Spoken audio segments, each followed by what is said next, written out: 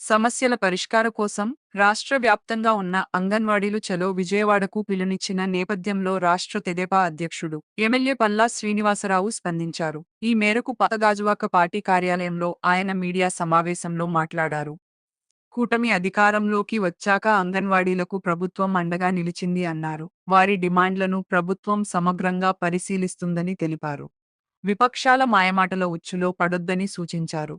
రాష్ట్ర వ్యాప్తంగా అంగన్వాడీ వ్యవస్థను బలోపేతం చేసే దిశగా ప్రభుత్వం చర్యలు చేపడుతున్న తరుణంలో ఇలా ఉద్యమం చేపట్టడం భావ్యం కాదన్నారు. గత వైకాపా పాలనలో గాడితప్పిన వ్యవస్థలను ఒక్కొక్కటిగా చక్కదిద్దుతున్న కూటమి ప్రభుత్వంపై విపక్షాలు విషం చిమ్ముతూ ఉద్యమాలకు ప్రేరేపిస్తున్నాయని ఆరోపించారు. అంగన్వాడీ కేంద్రాలను అద్భుతంగా తీర్చిదిద్దిన ఘనత కూటమిదేనన్నారు. రాష్ట్ర ఆర్థిక పరిస్థితిని దృష్టిలో పెట్టుకోవాలని అంగన్వాడీలకు విజ్ఞప్తి చేశారు. ఇదే సందర్భంలో శనివారం కాకినాడలో జరిగిన బాణసంచా పేలుడు ఘటనలో మృతి చెందిన కుటుంబాలకు ప్రగాఢ సానుభూతిని తెలియజేశారు. క్షతగాత్రులకు మెరుగైన వైద్య సేవలు అందుతున్నాయని తెలిపారు. ప్రమాద వార్త తెలియగానే CM Chandrababu, deputy CM Pavan కళ్యాణ్లు స్పందించి వెంటనే అక్కడకు వెళ్లారని, ఇది నిజమైన ప్రజా సంక్షేమ పాలనకు నిదర్శనమని పేర్కొన్నారు. నియోజకవర్గ సమన్వయకర్త ప్రసాదుల శ్రీనివాసరావు అధ్యక్షతన జరిగిన సమావేశంలో కార్పొరేటర్ మొల్లి ముత్యాల నాయుడు, విల్లా రామ్మోహన్ కుమార్, బలగా బాలునాయుడు, రాజు తదితరులు పాల్గొన్నారు. ముందుగా మరి కాకినాడ జిల్లాలో ఈ బాణాసంచా పేలుడులో సుమారు 21 మంది చనిపోవడం చాలా బాధాకరం. చనిపోయినటువంటి కుటుంబాలకి గౌరవ ముఖ్యమంత్రి వర్యులు, అలాగే గౌరవ ఉప ముఖ్యమంత్రి వర్యులు స్థానికంగా ఉన్నటువంటి మంత్రులతో వారు వెళ్ళి పరామర్శించి 20 లక్షల రూపాయలు మరి ఎక్స్గ్రేషియా కూడా అనౌన్స్ చేయడం జరిగింది. అయితే ఆ చనిపోయినటువంటి కుటుంబాలకి నా ప్రగాఢ సానుభూతిని తెలియజేస్తూ చనిపోయినటువంటి వారికి వారి ఆత్మకు శాంతి కలగాలని చెప్పి ఆ భగవంతుని కోరుతూ భవిష్యత్తులో ఎలాంటివి పునరావృతం కాకుండా కట్టుదిట్టమైన చర్యలు ఇచ్చేటట్టుగా మరి ప్రభుత్వం ఆదేశాలు ఇప్పటికే ఇవ్వడం జరిగింది. ఇలాంటివి మళ్ళీ చాలా స్ట్రిక్ట్గా డీల్ చేయాల్సినటువంటి అవసరం కూడా ఉందని చెప్పి ఈ సందర్భంగా తెలియజేస్తున్నాను. అయితే కొంచెం కేంద్రాల్లో ఈ బాణాసంచా తయారు చేసినటువంటి కేంద్రాలు వాళ్ళు కొంచెం మారుమూల ప్రాంతాల్లో చేయడం, నిన్న కూడా సహాయక చర్యలు కష్టం అవడానికి ప్రధానమైన కారణం ఏంటంటే దారి సరిగా లేకపోవడం. అయినప్పుడు కూడా ప్రోటోకాల్ అంతా కూడా పక్కన పెట్టి ముఖ్యమంత్రి గారు నేరుగా అక్కడికి వచ్చి కలెక్టర్ గారు కారులోనే వెళ్ళి నిజంగా పరామర్శించడం వాళ్ళు చాలా సంతోషం. ఆ విషయం నిజంగా నాయకులు అంటే అలా స్పందించాలని ఒక స్ఫూర్తిదాయకంగా మరి ముఖ్యమంత్రి గారు వెళ్ళడం చూస్తున్నాం. ఇలాంటి విషయాలు మళ్ళీ పునరావృతం కాకుండా తగు చర్యలు తీసుకుంటామని, తీసుకునే విధంగా ప్రభుత్వానికి మేము పార్టీ తరఫున కూడా తెలియజేస్తామని చెప్పి తెలియజేస్తాం. మరి ఏదైతే అంగన్వాడీ టీచర్స్ ఉన్నారో, హెల్పర్స్ ఉన్నారో, వాళ్ళు రేపు విజయవాడలో ఒక ధర్నాకి వాళ్ళు పిలుపునివ్వడం జరిగింది. వాళ్ళు నిరసన తెలియజేయడానికి వెళ్తున్నారు. అయితే మరి మీ ద్వారా మేము ప్రజలందరికీ తెలియజేసేది, కూటమి ప్రభుత్వం ఎప్పుడు కూడా అంగన్వాడీ ఆ టీచర్స్కి, హెల్పర్స్కి మేము అండగా ఉంటామని చెప్పేసి ఈ సందర్భంగా తెలియజేస్తున్నాం. అలాగే కూటమి ప్రభుత్వం అధికారంకి వచ్చిన తర్వాత గతంలో కానీ ఇప్పుడు కానీ కావచ్చు, ఎన్డీఏ 2 మార్లు వాళ్ళ జీతాలు కూడా పెంచిన ఘన చరిత్ర టీడీపీకి ఉందని చెప్పి ఈ సందర్భంగా తెలియజేస్తున్నాం. అలాగే ఎన్నికల్లో ఇచ్చినటువంటి ప్రతి హామీని కూడా ఏదైతే టీచర్స్కి ఇచ్చామో ఆ ప్రతి హామీ కూడా నెరవేరుస్తామని చెప్పి మరొక మారు ఈ ద్వారా ప్రజలందరికీ తెలియజేస్తాం. అలాగే ఈరోజు మేము అధికారంకి వచ్చిన తర్వాత కేంద్ర సహకారంతో అనేక సెంటర్స్ని మేము అభివృద్ధి చేయడం జరిగింది. అనేక సెంటర్స్ మీరు ఒకసారి చూడొచ్చు.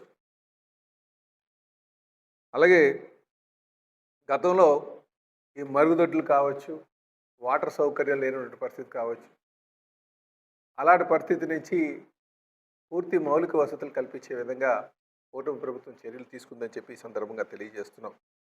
దానికోసం 86 లక్షల రూపాయలు, రమరమ 86-87 లక్షల రూపాయలు ఆ లోన వాటర్ కోసం, టాయిలెట్ల కోసం ఖర్చు చేయడం జరిగిందని చెప్పి ఈ సందర్భంగా తెలియజేస్తున్నాం. అలాగే కూటమి ప్రభుత్వం అధికారంకి వచ్చిన తర్వాత ప్రతి నెల 1వ తారీఖే వాళ్ళకి జీతాలు పడేటట్టు కూడా.